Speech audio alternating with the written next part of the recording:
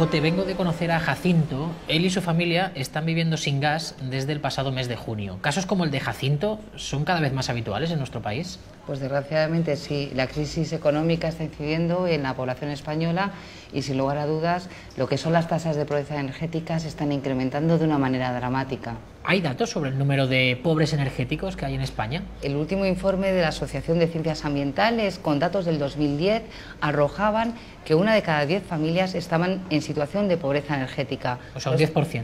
Un 10%, pero esto con la crisis económica se ha agravado. Ahora mismo están sacando el segundo informe y ya prevén que se va a incrementar mínimo el 15% de las familias que están en situación de pobreza energética. O sea, en 4 años hemos pasado del 10 al 15%. ¿Por qué motivo se produce esta pobreza energética? Pues hay 3 causas que inciden en la pobreza energética. Sin lugar a dudas, la primera es una renta baja. La segunda es el incremento continuado de los precios energéticos. Y la tercera es la mala calidad en la edificación.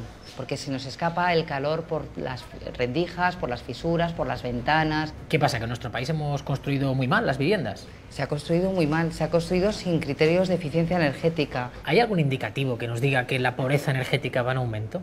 Hay muchísimos indicativos que los podemos percibir. Por ejemplo, los bancos de alimento ya están dando instrucciones de que llevemos alimentos que no tengan que ser cocinados. ¿Por qué? Porque las familias receptoras no tienen electricidad o no tienen gas para poder cocinar los alimentos. ¿Estas consecuencias tan duras de la pobreza energética a qué colectivos son a los que más afecta? A los niños, a los ancianos y a los enfermos crónicos. Hoy en día casi todos los niños en colegios públicos y privados vienen con tareas, con obligaciones de buscar información para hacer deberes en internet e incluso tener que imprimir.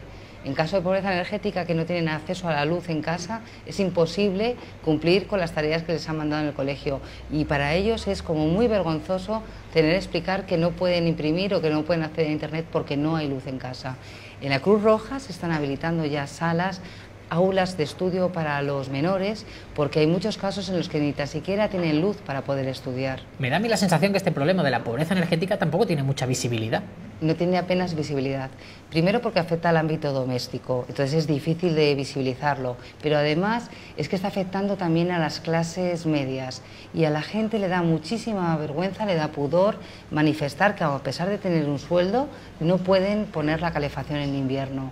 Tengamos en cuenta, y como dice el Comité Económico y Social Europeo, la energía es un bien común esencial y tiene que ser tratado como servicio público. De ahí que las compañías que distribuyen servicios energéticos tengan que tener también esta noción de servicio público. Sí, pero son empresas privadas. Efectivamente, pero están gestionando un bien esencial. ¿Cuál es el primer paso que habría que dar para intentar solucionar la pobreza energética?